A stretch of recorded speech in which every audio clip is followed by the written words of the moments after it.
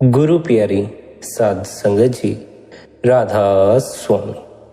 प्यारी साध संगत जी, आप सभी के भीतर बैठे कुल मालिक को प्रणाम। आप सभी को प्रणाम। आज के इस सत्संग में स्वामी जी महाराज की वाणी ली गई है। आज का यह सत्संग बड़ी ही रूहानियत से भरा हुआ सत्संग है। सत्संग द्वारा आपने हमें यह समझाने का प्रयास किया है, जो त्रिलोकी काल के अधीन है, हमें वहां किसकी भक्ति करनी चाहिए, हमें इस त्रिलोकी में बैठकर किसका ध्यान करना चाहिए, किससे अपनी लिव को जोड़ना चाहिए। साथ ही साथ सच्चा गुरुमुख कौन होता है, इसके बारे में भी आज के इस सत्संग द्वारा हम विस्तार पूर्वक समझेंगे। सत्संग का एक एक लफ्ज अंत तक ध्यान पूर्वक श्रवण करने योग्य है। अपने अपने गुरु महाराज का ध्यान करके आज के सत्संग को अंत तक श्रवण करें, सत्संग का आनंद लें। सत्संग के वचन हैं, ताते प्रथम गुरु को खोजो, शब्द बतावें सो गुरु साधो। आप फरमाते हैं, हमारा पहला धर्म यह है कि गुरु की तलाश करें। पूरा गुरु कहीं भाग्य से मिलता है। वैसे तो गुरु हिंदुओं में भी बहुत हैं, मुसलमानों में भी बहुत हैं, हर धर्म में आजकल बहुत से गुरु हो गए। लेकिन जो पूरा गुरु है वह भाग्य से ही मिलता है, कभी कभार मिलता है। आजकल के पढ़े लिखे लोग गुरुडम से नफरत करते हैं, मगर जो खोजी हैं वे अपनी तलाश का सिलसिला उस वक्त तक बराबर जारी रखते हैं जब तक कि पूरा गुरु नहीं मिल जाता। पूरे गुरु के बराबर और कोई नहीं। जो महात्मा हुए हैं, जैसे श्री गुरु नानक साहिब, कबीर साहिब, दादू साहिब, पलटू साहिब, उनकी भी 5 शब्द की ही राह थी। यही पूरे गुरु की पहचान है। जब ऐसा सदगुरु मिल जाए तो उससे राह ले लो। यह ना देखो कि वह हिंदू है, मुसलमान है, सिख है या ईसाई है। उसकी देह का ख्याल ना करो। जिस तरह जब तालीम लेने जाते हैं तब हम यह ख्याल नहीं करते कि मास्टर ईसाई है या सिख है या हिंदू है, बल्कि तालीम ले लेते हैं। इसी तरह जब इतिहास पढ़ो तो पता लगता है कि गुरु रविदास जी जूते गांठने का काम करते थे। मेवाड़ के राजघराने की मीराबाई उनकी सेवक थी। हमें उन महात्माओं के साथ रिश्ता नाता नहीं करना, ना ही मिलकर खाना है, बल्कि उनसे राह लेनी है और कुछ नहीं करना। आप फरमाते हैं, अगर कोई शब्द अभ्यासी सदगुरु मिल जाए तो उससे नाम लेकर कमाई करो, उसके बाद और कुछ करने की जरूरत नहीं रह जाती। गुरु के बराबर ना हाकिम है, ना बादशाह है और ना ही और कोई है। गुरु अर्जुन साहिब तो बेधड़क होकर कहते हैं, गुर परमेश्वर एक को जान। हम तो सिवाय गुरु के किसी की पूजा करते ही नहीं। हमारा जप, हमारा तप, हमारी पूजा, मतलब जो कुछ है गुरु ही है। जो गुरु पर भरोसा रखता है, गुरु के साथ प्यार करता है और गुरु के हुक्म के मुताबिक कमाई करता है, उसे ना तो यमों का डर होता है जो जान निकालते हैं और ना उससे धर्मराय ही हिसाब मांगता। शिष्य की मौत के वक्त कभी यमदूत नहीं आते, सदगुरु आते हैं और अपने साथ ले जाते हैं।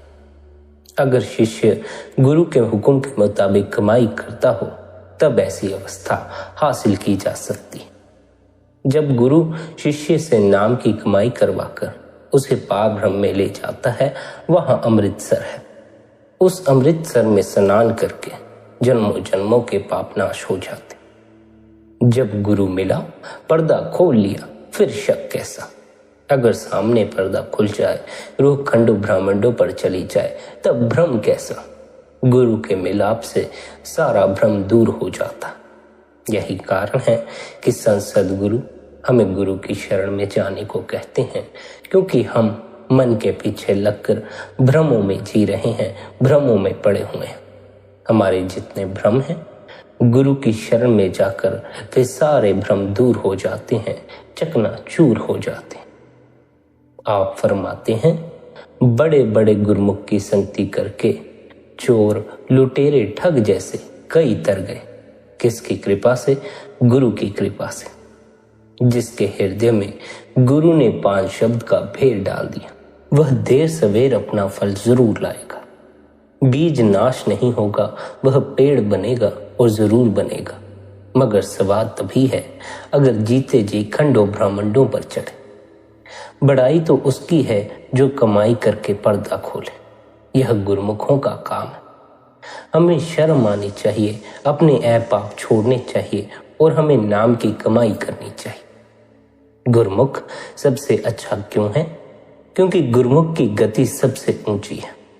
गुरमुख को इतनी ताकत होती है कि वह अपने कमाए हुए नाम का एक कण देकर करोड़ों जीवों को पार कर देता है। जब राजा जनक स्थूल शरीर त्याग कर अपने धाम को जा रहा था, राह में क्या देखता है कि नरकों में जीव जल रहे हैं और बड़ी चीख पुकार हो रही है। उसने पहले यमदूतों से पूछा कि ये क्यों जल रहे हैं, फिर धर्मराय से कहा कि इनका छुटकारा कैसे हो सकता है। धर्मराय ने कहा कि अगर कोई महात्मा अपने नाम की कमाई दे दे तो ये आजाद हो सकते हैं। तब राजा जनक ने वहां 2.5 घड़ी के तप का फल दिया। वे सभी जीव नरकों से आजाद होकर मातलोक में आकर मनुष्य बने। राजा जनक योगेश्वर था, ज्ञानी था, पर जो कायदा राजा जनक का था वह संतों का नहीं। संतों का तरीका बड़ा ऊंचा है। गुरु नानक साहिब और अन्य महात्माओं और स्वामी जी का तरीका सार शब्द का है जो पार ब्रह्म से ऊपर मिलता। लेकिन ना तो हमें शब्द मिला, ना हमें ब्रह्म पार ब्रह्म की कोई खबर लगी। क्यों हमें पार ब्रह्म की कोई खबर नहीं लगी? क्यों हमें शब्द की कोई खबर नहीं लगी? क्योंकि हमें जो सदगुरु द्वारा नाम दिया गया था, हमने उस नाम को केवल रख छोड़ा, उससे फायदा नहीं उठाया। हमने गुरु द्वारा दिए हुए नाम का अभ्यास नहीं किया, सिमरन नहीं किया। और अगर हमने सिमरन किया भी तो हृदय में दुनिया का प्यार रखकर, दुनिया के पदार्थों का प्यार रखकर, दुनिया के लोगों का प्यार रखकर। हमने गुरु का प्यार रखकर, मालिक का प्यार रखकर गुरु द्वारा दिए हुए नाम का सिमरन नहीं किया, जिस कारण हमें शब्द की खबर नहीं लगी। आप समझाते हैं हृदय में तो हमारे बेटे बेटियों का प्यार भरा हुआ है, काम क्रोध आदि डाकू बस रहे हैं, फिर नाम कहाँ खड़ा होगा? जब तक इन सब को निकाल कर हम गुरु द्वारा दिया हुआ नाम ना जपें, कुछ नहीं बनता। सुथरा एक फकीर हुआ। किसी ने उससे पूछा कि घर की छत किस तरह खड़ी रहती है, तो वह कहता है खंभों के जरिए। इसी तरह हमें नाम का खंभा लगाना। हम अपने आप को कभी इल्जाम नहीं देते, बल्कि हमेशा दूसरों पर इल्जाम लगाते। हम दूसरों का कसूर निकालते हैं। हम कहते हैं हमें 20 साल नाम लिए हो गए, लेकिन हमारा कुछ नहीं बना, ना हमें शब्द सुनाई पड़ा, ना ही हमें कोई आंतरिक अनुभव हुआ। हम भीतर आशाएं रखकर बैठे हुए हैं। आशाएं कब किसकी पूरी होती हैं? आशाएं किसी की पूरी नहीं होती। इसीलिए सत्संगी को यह उपदेश पहले ही दे दिया जाता है। अभ्यास बिना किसी आशा को रखकर करना है। भजन बंदगी किसी तरह की आशा को रखकर नहीं करनी है, वरना भजन बंदगी का फल नहीं मिलेगा। बंदगी तो हम करते नहीं, फल की इच्छा हम पहले ही रखकर बैठ जाते।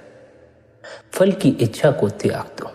भजन बंदगी करते समय कोई आशा लगाकर मत बैठो, वरना जो भजन बंदगी के दौरान आनंद आता है, उस आनंद से विलीन होते चले जाओ। नजर टिक जाएगी फल पर, और जो बंदगी के दौरान आनंद मिल रहा होगा उसकी तरफ नजर न जा सकेगी। अगर फल की इच्छा रखकर बंदगी करोगे तो भीतर फल का मूल्य बढ़ता चला जाएगा और बंदगी का मूल्य कम होता चला जाएगा। एक क्षण ऐसा आएगा जब भीतर फल के ख्याल ही भरे होंगे, बंदगी की तो कोई खबर ही नहीं रहेगी। हम अक्सर आशाओं में खो जाते हैं, कल्पनाओं में खो जाते हैं, भजन बंदगी को भूल जाते हैं, सिमरन भूल जाते। सिमरन करते करते कब हम मन के पीछे लग गए, हमें तो यह भी खबर नहीं रहती। कब हम विचारों में खो गए, हमें कुछ भी पता नहीं चलता। आप समझाते हैं, हम सिमरन में तो बैठ जाते हैं, लेकिन भीतर हमारे दुनिया का मोह और प्यार होता है, जिस कारण हम सिमरन के समय भी दुनिया की बातें ही सोचते रहते हैं, दुनिया के लोगों के बारे में सोचते हैं, दुनिया के पदार्थों के बारे में सोचते हैं। सिमरन के समय हमें दुनिया की बातें नहीं सोचनी चाहिए, दुनिया के लोगों को नहीं सोचना चाहिए, कल्पनाओं में नहीं खो जाना चाहिए, विचारों में नहीं खो जाना चाहिए।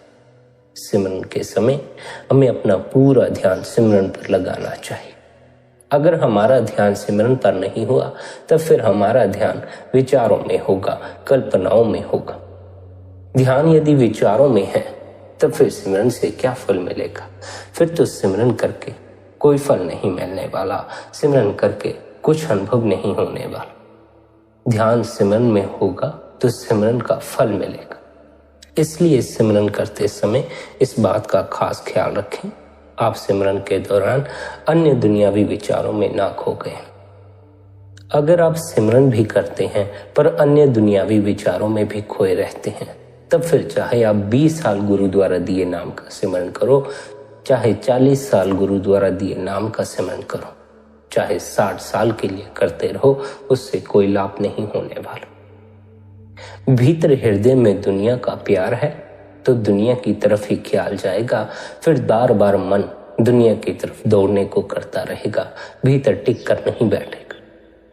अपने हृदय में गुरु का प्यार पैदा करो, उस परमात्मा का प्यार पैदा करो। गुरु का प्यार हृदय में पैदा करोगे, फिर सिमरन करने की भी हिम्मत आएगी, फिर सिमरन में ध्यान टिकेगा भी, सिमरन में मन लगेगा भी। हृदय में गुरु का नामो निशान नहीं, परमात्मा का नामो निशान नहीं, फिर यह मन भीतर लगे तो लगे कैसे, भीतर टिके तो टिके कैसे? अगर भीतर दुनिया का मोह और प्यार है तो यह मन दुनिया की तरफ ही दौड़ेगा, फिर चाहे लाख तरह के साधन अपनाते रहो, यह मन वश में आने को नहीं। हम अपने भीतर से दुनिया का मोह और प्यार निकालते नहीं, गुरु का प्यार पैदा नहीं करते, और फिर हम ये सवाल उठाते हैं, गुरु पर यह इल्जाम लगाते हैं कि इस गुरु से हमने नाम लिया था, लेकिन हमें नाम द्वारा कुछ भी हासिल नहीं हुआ। दूसरों पर इल्जाम लगाने की हमारी यह आदत, यह भी हमारे मन की चालबाजी है। हम अपने मन की चाल नहीं समझ पाते, मन हमें गुरु के भी खिलाफ कर देता। जो दूसरों पर इल्जाम लगाते हैं वे खाली आए और खाली ही चले गए। अपने गुनाहों की खबर करो, अपनी गलतियों को पहचानो। कहीं ना कहीं कोई ना कोई भूल हुई होगी जिस कारण सिमरन का फल नहीं मिला, गुरु द्वारा दिए हुए नाम का फल नहीं मिला। सबसे पहली तो जो हमारी गलती है वह यही है कि हम सिमरन के समय भी दुनिया के मोह और प्यार में फंसे रहते। नहीं, हमें सिमरन के समय दुनिया के विचारों में नहीं खो जाना है, दुनिया के कल्पनाओं में नहीं खो जाना है, बल्कि अपने आप को गुरु के ख्यालों में डुबा देना है, सिमरन में लीन कर देना। जो साधक गुरु द्वारा दिए हुए सिमरन में लीन हो जाते हैं, अपने अंदर चले जाते हैं, उन्हें सच्चा गुरुमुख कहा जाता। आप फरमाते हैं, गुरुमुखों की महिमा क्या करें, हमारे पास वह जुबान नहीं। कहाँ लग महिमा गुरुमुख गाऊं, कोई ना जाने किस समझाऊं। कूंजों की अवस्था वे ही जानते हैं जो कूंजों के साथ उड़ते हैं। कबूतरों और कौवों को क्या पता कि कूंजें किस देश से आती हैं। जो अंदर जाते हैं वे गुरुमुखों की अवस्था जानते हैं। जो आंखों से बाहर बैठे हुए हैं वे क्या जाने कि गुरुमुख कहाँ जाते हैं। लोगों ने गुरु नानक साहिब को कसूर शहर में नहीं आने दिया कि यह कुमार की है, गलत रास्ते पर डालता है। जहां गुरु अंगद साहिब रहते थे, एक तपस्वी योगी भी रहता था जो रिद्धियां सिद्धियां और करामातें भी जानता था। मगर जब गुरु साहिब ने सत्संग और नामदान की बख्शीश करनी शुरू की तो योगी के शिष्य और सेवक दिनों दिन घटने लग गए। वह बहुत दुखी हुआ और मन ही मन गुरु साहिब से दुश्मनी रखने लगा। मालिक की मौज 1 साल बारिश ना हुई। संतों मालिक की रजा में राजी रहते हैं और अपने सेवकों को उसकी रजा पर चलने का उपदेश देते हैं। पानी का अभाव आ पड़ा तो किसान और जमींदार योगी के पास गए और विनती की, इस बार बारिश नहीं हुई, कृपा करो और पानी बरसा दो। योगी ने इस मौके का फायदा उठाया और कहा, तुम्हारे नगर में जो गुरु बनकर बैठा है और पुण्य दान धर्म कर्म कुछ नहीं करता, जब तक उसे नगर से बाहर नहीं निकालोगे बारिश कभी नहीं होगी। योगी के श्रद्धालुओं ने गुरु अंगद देव जी के आगे अपना ख्याल प्रकट किया। गुरु साहिब चुपचाप मालिक की रजा में मस्त उठ खड़े हुए और नगर से बाहर आकर अपना डेरा लगा लिया। कुछ अरसा इसी तरह गुजर गया, बारिश नहीं हुई। श्रद्धालु बार बार योगी के पास जाते और पुकार करते। योगी बहुतेरे जंतर मंत्र करता और लोगों को टाल देता, मगर बारिश ना होनी थी, ना ही हुई। अमरदास जी अपने गुरु के गुरुमुख सेवक थे। जब उन्हें पता लगा कि योगी के कहने पर नगर के जमींदारों ने बेअदबी की है, तो आप बहुत दुखी होकर नगर में आए और जमींदारों से कहा, आप क्या चाहते हो? उन्होंने कहा, बारिश। आपने कहा, इस योगी को जिस जिस खेत में ले जाकर खड़ा करोगे वहां वहां बारिश हो जाएगी। अंधे को क्या चाहिए? 2 आंखें। जमींदारों ने न आप देखा न ताव। योगी को घर से निकालकर आगे कर लिया और खींचते घसीटते अपने खेतों की तरफ ले गए। उसने बहुत शोर मचाया, मगर सुनी किसी ने नहीं। जमींदारों को तो अपने काम से मतलब था। योगी का खेतों में पहुंचना था कि बारिश होनी शुरू हो गई। अब हर एक जमींदार यही चाहता था कि मेरे खेत में बारिश हो, इसलिए किसी ने बांह खींची, किसी ने योगी की टांग खींची। नतीजा यह हुआ कि गरीब के टुकड़े टुकड़े हो गए, मगर जिस खेत में उसका छोटे से छोटा अंग भी पहुंचा वहां खूब बारिश हुई। जमींदार खुश, मगर गुरु अंगद साहिब नाराज। जब अमरदास जी अपने गुरु के पास आए तो अपनी पीठ फेर ली। अमरदास जी ने दूसरी तरफ जाकर उनके दर्शन करने चाहे, मगर आपने उस तरफ से भी मुंह फेर लिया। आखिर बाबा बूढ़ा ने माफी दिलवाई। आजकल भी बहुत से ऐसे लोग हैं जो कहते हैं, राधा स्वामी ने बड़ा रुपया इकट्ठा कर लिया है, संतों को धन का क्या करना। संतों के पास तो जो धन आता है वे सारा धन अपनी संगत की सेवा के लिए लगा देते। आप रात को आकर देखो कितने आदमी सोते हैं, लंगर का कितना खर्चा। आपकी सारी कमाई आपके सुख के लिए लगाई जाती है। आपस में अमीर गरीब का मिलकर गुजारा हो जाता है, लेकिन दुनिया में निंदा चुगली तो हर वक्त होती रहती। हमारा काम निंदा करना नहीं है। मतलब तो इतना ही है, अगर परमार्थ में जाना है तो लोग ताने मेने जरूर देंगे, निंदा चुगली भी करेंगे। हमारा काम भजन सिमरन पर जोर देना है, उनकी निंदा चुगली पर जोर नहीं देना। हमें लोगों के तानों पर अपना ख्याल नहीं टिकाना, हमें तो गुरु की तरफ अपने ख्याल को लगाना। जब गुरु आपका चाल चलन ठीक देखेगा, खुद आपके साथ प्रेम प्यार करेगा। गुरुमुखों की महिमा कहीं नहीं जाती, गुरुमुख की महिमा गुरुमुख ही जानते हैं। आगे आप फरमाते हैं, जग में पड़ा काल का घेरा, जीव करे 84 फेर। यह सारी दुनिया त्रिलोकी काल के अधीन है। काल अपने भक्तों को स्वर्ग, बैकुंठ, इंद्रपुरी और अपनी मुक्ति भी देता है, पर लौट लौट कर अपने दायरे में ही रखता है। तपो राज, राजो नरक। सिवाय संतों के ना कोई त्रिलोकी से पार गया है, न जाएगा। 84 लाख किस्म की योनियां हैं, जीवन में धक्के खाता फिरता। अगर 84 से छूटना चाहता है, जन्म मरण खत्म करना है, तो उसे चाहिए कि किसी गुरुमुख की शरण में जाए और जो गुरुमुख कहता है उसके मुताबिक कमाई करे। आप फरमाते हैं, सब काम छोड़कर पहले सुर्त को शब्द के साथ जोड़ने की कमाई करो। पहले रात को 3 बजे उठकर 6 बजे तक भजन करो, फिर कोई और काम करो। दुनिया में कामों का हर्ष नहीं होता, सिर्फ 3 घंटे नींद खराब होती है, बाकी सारा दिन काम करने के लिए पड़ा हुआ। क्या हिंदू क्या मुसलमान, जितने भी महात्मा सचखंड गए वे होका देते गए, बिना नाम के मुक्ति नहीं। अगर करोड़ों जन्म तीर्थों में, काशी में ठोकरें खाते रहे, वेदों का पाठी भी बने रहे, फिर भी बनता कुछ नहीं। तीर्थों पर शांति नहीं, तीर्थों पर मुक्ति नहीं। लोग एक बार तीर्थ में नहाकर ख्याल करते हैं कि उनकी मुक्ति हो गई, मगर इतना आसान मामला नहीं।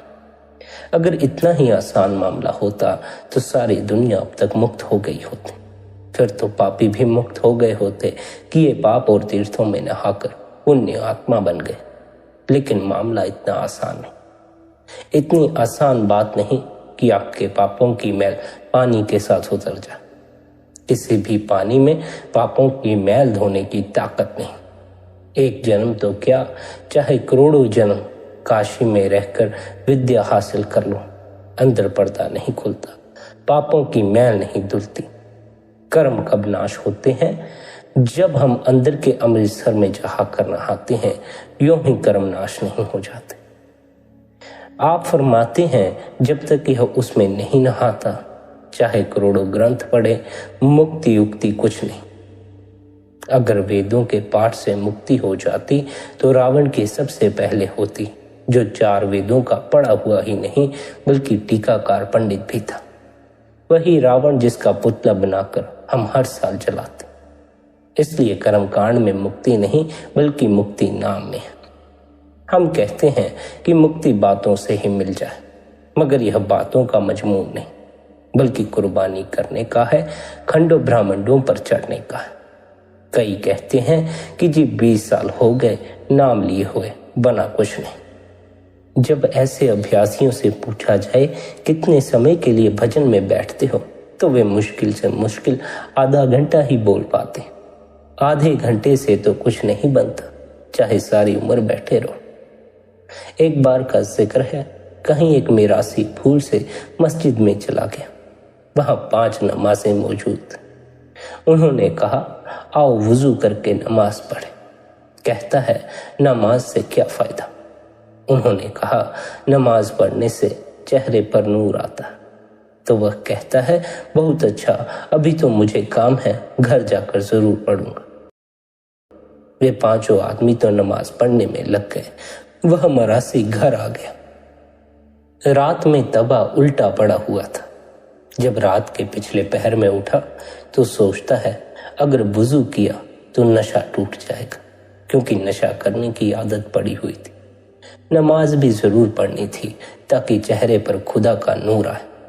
फिर बिना वुजू नमाज उचित भी नहीं।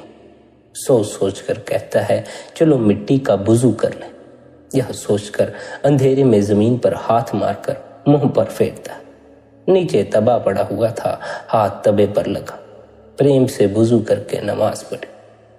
जब दिन चढ़ा तो मिरासिन से पूछता है, भली मानस, देख चेहरे पर नूर आया। वह कहती है, अगर तो नूर का रंग काला है तो घटा बनकर आया है, और अगर नूर का रंग गोरा है या उसका कोई और रंग है तो पहला रंग भी चला गया। यही हाल हमारा। हम नाम लेकर कमाई नहीं करते, फिर अंदर कैसे जाएं, पर्दा कैसे खुले? आप कहते हैं करोड़ों जप तक करो, करोड़ों विधियां पढ़ो, जब तक अंदर नहीं जाते शांति नहीं आती। दुनिया एक और ही गलती में पड़ जाती है। जो स्कूल मास्टर 50 साल हुए गुजर गया, अगर आप कहो कि उसी मास्टर से अपने लड़के को पढ़ाया जाए तो यह हो सकता है, हरगिज नहीं हो सकता। अगर कोई औरत कहे कि मुझे राजा विक्रमादित्य से शादी करनी है, तो विक्रमादित्य आकर औलाद पैदा नहीं करेगा। औलाद पैदा करने के लिए मौजूदा पति की जरूरत है। अगर कोई कहे कि मेरा बच्चा बीमार है, कोई पुराने समय का मशहूर डॉक्टर आकर उसका इलाज करे, तो आज वह संभव नहीं। मौजूदा हकीम या मौजूदा डॉक्टर ही आकर इलाज कर सकता। इसलिए वक्त का हाकिम, वक्त का डॉक्टर, स्त्री का वक्त का पति और वक्त का गुरु ही होना चाहिए। जो महात्मा गुजर चुके हैं वे अपने वक्त में समर्थ थे, पर आज हम उन्हीं महात्माओं से चिपके बैठे हैं। हम वक्त के संसद गुरु की खोज नहीं करते, हम वक्त के संसद गुरु से मेल मिलाप नहीं रखते। हम पुराने महात्माओं की किताबें पोथियां पढ़कर टेक बांध लेते हैं, कोई कहता है मैं रामचंद्र जी का उपासक हूं, जबकि कई हजार साल हो गए त्रेता युग में रामचंद्र जी आए थे। कोई किसी का उपासक है, कोई किसी का उपासक है। अगर उन महात्माओं को फिर यहाँ भूतों की तरह फिरना था तो नाम जपने का क्या फायदा था। वे शब्द में से आए, 50-100 साल दुनिया का काम किया और शब्द में लीन हो गए। अब वे तो अपना काम करके चले गए, हम लोग उन्हें अब यहाँ ढूंढते फिरते। अब तो कोई मौजूदा महात्मा ही अंदर की हमें राह बता सकता है। जो महात्मा अब इस संसार में नहीं रहे, इस दुनिया में नहीं रहे, वे हमें अंदर जाने की राह नहीं बता सकते। हाँ, हम उनकी किताबें पढ़कर अंदर जाने की राह ले सकते हैं, पर अधिकतर बार यह समस्या साधकों के साथ आती है कि वे उनकी किताबें पढ़ते हैं, किताबों में लिखे हुए अंदर के रहस्य पढ़ते हैं, पर अंदर नहीं जाते। अंदर जाएं कैसे? अंदर जाने का जो सही और उचित तरीका है वो हमें मौजूदा सद्गुरु ही बता सकते हैं। अब जिन पुराने संत महात्माओं की हम पुस्तकें पढ़ते हैं, जिनके जीवन के बारे में पढ़ते हैं, अगर उनके जीवन की कोई विधि हमें अपनानी हो तो आज हम उस विधि को अपनाने में पूरी तरह सफल नहीं हो सकते, क्योंकि उस विधि को अपनाने का जो पूर्ण ज्ञान है वह सद्गुरु ही अब इस संसार में मौजूद नहीं।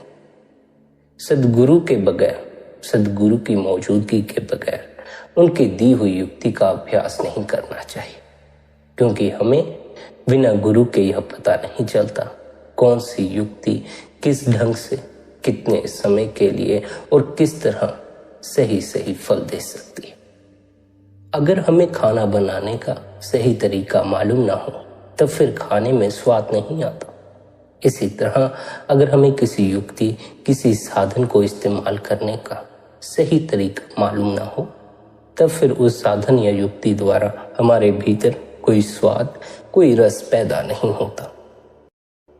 खाना सही ढंग से बनाना सीखना हो, खाने में स्वाद पैदा करना हो तो उसकी कला हमें किसी गुरु से सीखनी पड़ती है, माँ से सीखनी पड़ती है, पिता से सीखनी पड़ती है, या फिर खाना बनाने वालों से तालीम हासिल करनी पड़ती। हम जब रूहानियत के मार्ग पर चलते हैं तब भी हमें किसी मौजूदा गुरु की आवश्यकता पड़ती है ताकि हमारे जीवन में रस पैदा हो सके।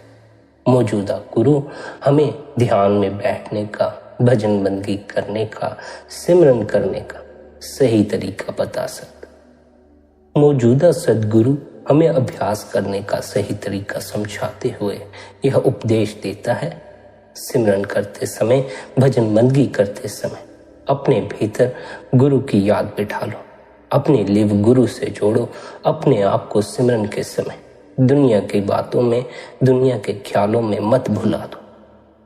मौजूदा सद्गुरु हमें अंदर जाने की तकनीक समझाता है और हमारी इस देह में उतर जाने में बड़ी सहायता करता। लेकिन हम बाहर ही बाहर उलझे हुए हैं, हम भीतर उतरने की कोई कोशिश नहीं करते। हमारे भीतर अपने अंदर बैठे परमात्मा को देखने की कोई चाह नहीं, हम परमात्मा को बाहर ही बाहर ढूंढने में लगे हुए। कोई देवी देवताओं की पूजा करता है, कोई गंगा यमुना में जाकर स्नान करता है, कोई मूर्ति पूजा करता है, कोई चारों धाम जाता है। इसी तरह नहाते और कई कर्मकांड करते हुए उम्र हो गई मगर रहे खाली के खाली। ना रूह खंडों ब्रह्मांडों पर चढ़ी, ना मनुष्य जन्म का फायदा उठा। जैसे कुत्ते बिल्ले पेट भरकर चले गए वैसे ही मनुष्य भी खाली आए और खाली चले गए। लोगों ने अलग अलग भेष बनाकर जन्म बर्बाद कर ली। किसी की किसी भेष में उम्र बीत गई, किसी की किसी भेष में उम्र बीत गई। जैसे कोई संध्या करने लगा तो सारी उम्र संध्या ही करता रहा। उनसे पूछा कि कभी अंदर रोशनी हुई है तो कहते हैं कोई नहीं। और कई उपाय करने वाले मिलते हैं, उनसे पूछा जाए अंदर रोशनी हुई, कभी पर्दा खुला, तो वे भी कहते हैं जी कभी कोई पर्दा नहीं खुला, अंदर कोई रोशनी नहीं। आप फरमाते हैं गीता एक अच्छी किताब है जिसमें ज्ञान की तालीम है, दुनिया में मन और बुद्धि के विचार का ज्ञान है। सारी उम्र पढ़ते रहे पर अंदर न गए, न कृष्ण भगवान के दर्शन हुए। हम पढ़ने से मुक्ति समझते हैं। पढ़ने से मुक्ति नहीं होती, बल्कि जो किताबें कहती हैं उनके मुताबिक अंदर जाने से मुक्ति होती है। जिस तरह कोई खाना बनाने की किताब हो, अगर सारा दिन पढ़ते जाएं कि हलवा ऐसे बनता है, तो उससे पेट तो नहीं भरने वाला, ना ही स्वाद आने वाला है। लेकिन अगर किताब के मुताबिक खाना बना लें, हलवा बना लें, तो पेट भी भर जाएगा और स्वाद भी आ जाएगा। बहुत सी दुनिया इसी धोखे में पड़ी हुई है कि किताबें पढ़ने से मुक्ति हो जाती। अगर उन्हें समझाओ तो कोई नहीं बांटता, बल्कि वे अपनी मूर्छा में जीना ज्यादा पसंद करते। हमें जो संत महात्माओं की किताबों में लिखा है उसे पढ़ लेना ही मुक्ति समझकर नहीं बैठ जाना, बल्कि उन किताबों में जो उपदेश दिया गया है हमें उस उपदेश पर चलकर अपने अंदर जाना है। अपनी इस देह के अंदर उस कुल मालिक, उस परमात्मा की खोज करनी है, अपने भीतर उतर कर मुक्ति हासिल करनी। सोचने की बात है, दादू साहिब भी होका दे गए, गुरु नानक साहिब भी होका दे गए, इसी तरह कबीर साहिब, पलटू साहिब और कई महात्मा होका देते चले गए कि तुम्हारे अंदर नाम है, तुम्हारे अंदर सचखंड है और अन्य सामान है। किसी महात्मा से राह लेकर, किसी मौजूदा सदगुरु की शरण में जाकर अपने भीतर का पर्दा खोलकर अपनी दौलत को संभाल लो। मगर हमें कभी ख्याल आया है? हमें तो कोई ख्याल नहीं है। हमें तो भीतर उतरने का कभी ख्याल आता ही नहीं। हम इस कदर बाहर भटकते फिरते हैं कि भीतर भी कुछ है, इसकी भी हमें खबर नहीं। जो राह गुरु नानक साहिब, कबीर साहिब और अन्य महात्मा बता गए हैं, हम उस राह ही नहीं जाते। फिर हमें कुछ मिले तो किस तरह मिले, फिर हमें भीतर के खजाने की खबर लगे तो किस तरह लगे। जो संत सदगुरुओं की तालीम है, हम उससे करोड़ों कोस दूर रहते। संत सदगुरु कहते हैं किसी पूर्ण गुरु से नाम लेकर उसकी कमाई करो, मगर हम करते ही नहीं। वे अपने वक्त में होका देकर चले गए। जिस तरह किसी भेड़ों के बाड़े में आग लग जाए, लोग रहम खाकर उनको बाड़े से बाहर निकालते हैं, मगर भेड़ें लौट लौट कर बाड़े में जाती हैं और जलकर मर जाती हैं। इसी तरह हमें भी संत सदगुरु आग से बचाने के लिए आते हैं। यहाँ के दुख, इस संसार की परेशानियों, यहाँ की चिंताओं से बचाने के लिए आते, मगर हम भेड़ों की भांति औरों के पीछे पीछे चलते हैं। औरों के पीछे पीछे चलकर दुनिया के भोग विलास में लिप्त हो जाते हैं और अपनी मिट्टी पलीत करते हैं, अपने आप को दुखों और कष्टों में डालकर बैठ जाते। आप समझाते हैं दुखों, तकलीफों, परेशानियों से ऊपर उठना है तो अपने भीतर खोज करो, अपने भीतर उस शब्द के साथ जुड़ो। इस देह के अंदर जो नाम का अमृत बरस रहा है, उस नाम के अमृत को पियो। यह नाम का जो अमृत है, इसका जो उपदेश है, यह उपदेश उनके लिए है जिन्हें परमात्मा से मिलना है, जन्म मरण खत्म करना है, मुक्ति हासिल करनी। इसके विपरीत जो बेटे बेटियां और अन्य दुनिया का सामान मांगते हैं, उनके लिए नहीं। कहते हैं कि यह उपदेश उनके लिए है जिन्हें परमात्मा से मिलने का शौक है, जो मानते हैं कि हमारे अंदर वाहे गुरु, अकाल पुरुष, वह परमात्मा बैठा हुआ, जो दुनिया का राजपाट, धन दौलत, विषय विकार मांगते हैं, वे जहां हैं वहीं लगे रहें।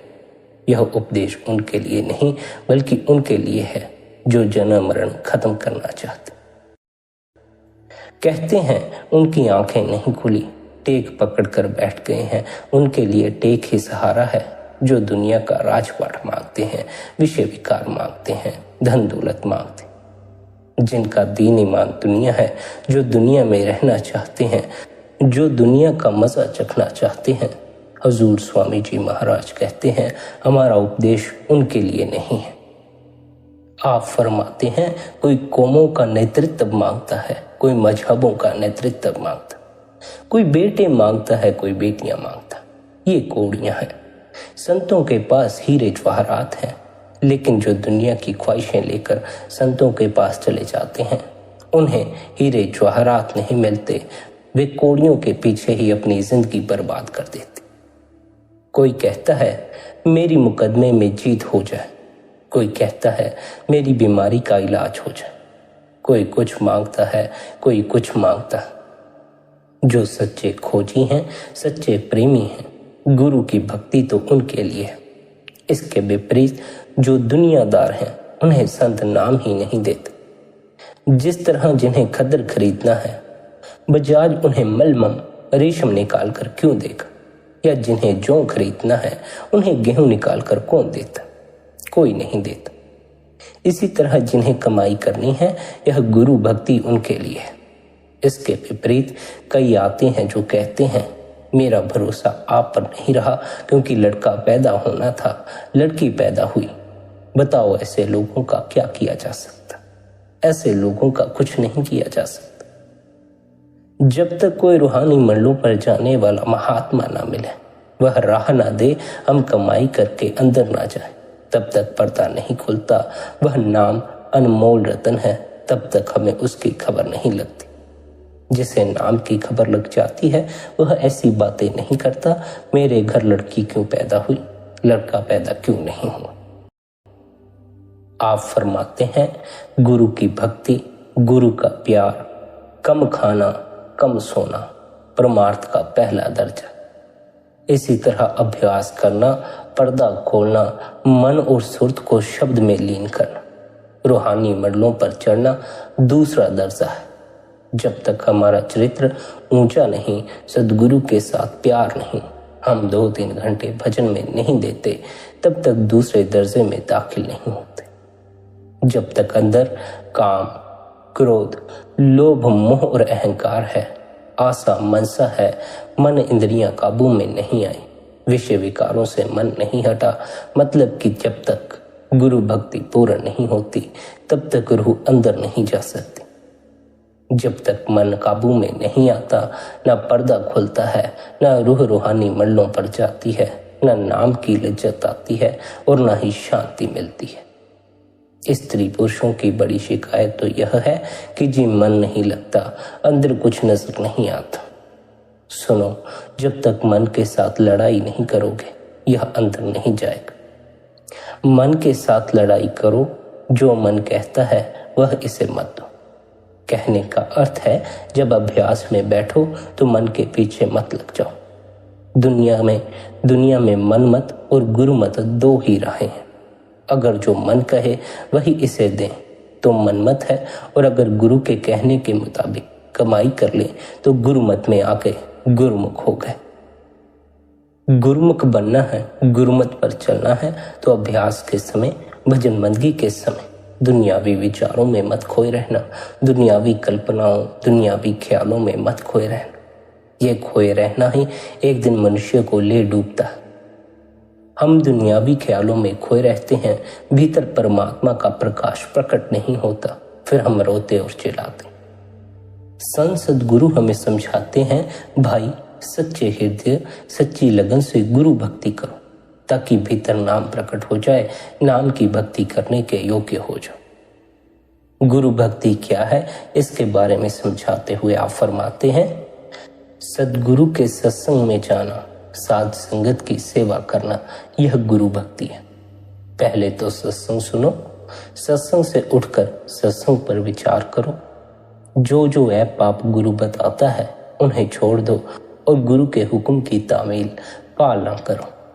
फिर साध संगत की सेवा प्रेम प्यार से करो, क्योंकि संगत गुरु की है और जो संगत की सेवा है वह भी सद्गुरु की ही सेवा है। शिष्य का धर्म है कि गुरु को प्रसन्न करे।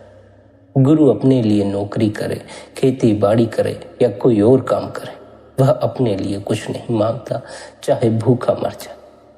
इसलिए शिष्य का गुरु से धन का रिश्ता नहीं है। जो गुरु धन मांगता हो वह गुरु ही नहीं है। गुरु धन नहीं मांगता, गुरु तो उल्टा शिष्य पर बख्शीश करता है, शिष्य को इस काबिल बना देता है कि उसका इस दुनिया में भी बेहतर हो जाए और मौत के बाद भी बेहतर हो जाए। आप कहते हैं गुरु भक्ति पूर्ण करने के लिए सदगुरु द्वारा दिए हुए नाम का स्मरण करो। जो अभ्यास सदगुरु ने अंदर जाने के लिए कहा है, जितने समय के लिए करने को कहा है उतने समय के लिए अभ्यास करो, निरंतर अपने अंदर जाओ। बाहर ही बाहर भटकते रहे तो बाहर भटकने से कुछ भी हासिल ना होगा, दुख इकट्ठा हो जाएगा, सुख का स्वाद नहीं लगेगा। सुख का स्वाद तो सदा ही भीतर उतर कर लगता है, इसलिए अपने भीतर उतरो। यह स्मरण रखो कि सिमरन के समय दुनियावी ख्यालों में मत खो जाना, दुनियावी विचारों में मत खो जाना, या किसी भी विचार या ख्याल में मत खो जाना। केवल और केवल अपने आप को सिमरन में लीन कर देना और किसी भी ख्याल में खोने की कोई आवश्यकता नहीं। अगर भीतर सिमरन ना हुआ, दुनियावी ख्याल हुए, तो फिर सिमरन का कोई फल पैदा नहीं होता, तो फिर हमारी गुरु भक्ति पूर्ण नहीं हो पाती, क्योंकि फिर हमें भीतर नाम की धुनकार धुन सुनाई नहीं पड़ती। मन का कोलाहल नाम की मीठी धुनकार धुन को सुनने में बाधा बन जाता। लेकिन अगर हम मन को सिमरन में ना लगाएं तो यह भीतर दुनियावी शोर शराबा ही मचाए रखता है। इसलिए हमें मन को सिमरन में लगाना, हमें अपने आप को विचारों में नहीं खो देना है, कल्पनाओं में नहीं खो देना। जब भी आपको सिमरन करते समय यह ख्याल आए आप दुनियावी ख्यालों में खो गए थे, विचारों में खो गए थे, अपने आप को उन ख्यालों से निकालकर फिर से सिमरन में लगा लें, गुरु द्वारा दिए हुए नाम में लगा लें। प्यारी साध संगत जी, गुरु द्वारा दिया हुआ नाम आपको अपने इस देह के अंदर ले जाएगा और इस देह के अंदर अनंत खजाने मौजूद है। इस देह के अंदर सुख के झरने बह रहे हैं, अमृत का वह मीठा रस बह रहा है। हमें भी इस देह के अंदर उतरकर नाम के उस खजाने को हासिल कर लेना है, जिससे जब लिप जुड़ती है तो वह नाम सुरत को खींचकर प्रभु की दरगाह तक ले जाता है, हमें हमारे सच्चे घर सचखंड ले जाता। परमात्मा करे आपको आपके भीतर गूंजते नाम की खबर लगे, अपने असल घर सचखंड की खबर लगे। पर आप सच्ची लगन सच्चे हृदय से भजन बंदगी करें, यह आप पर निर्भर करता। सच्ची लगन सच्ची श्रद्धा के साथ गुरु पर विश्वास रखकर भजन बंदगी करें, फल की इच्छा न करें। अवश्य ही परमात्मा आपको आपके किए अभ्यास का फल देगा। प्यारी साध संगत जी, यदि आज का यह सत्संग आपको अच्छा लगा हो तो आज के इस सत्संग को आप अपने मित्रों और संबंधियों के साथ शेयर भी कर सकते। साथ ही आप शबधुन सत्संग चैनल को सब्सक्राइब करके हर रोज सुबह 5:30 बजे सत्संग का आनंद ले सकते हो। बाकी आपकी अपनी मौज है, अपना ख्याल रखें, सबके प्रति भीतर भले की कामना रखें। इतने प्रेम और प्यार से आपने सत्संग को सुना, उसके लिए आप सभी का धन्यवाद। राधा स्वामी जी।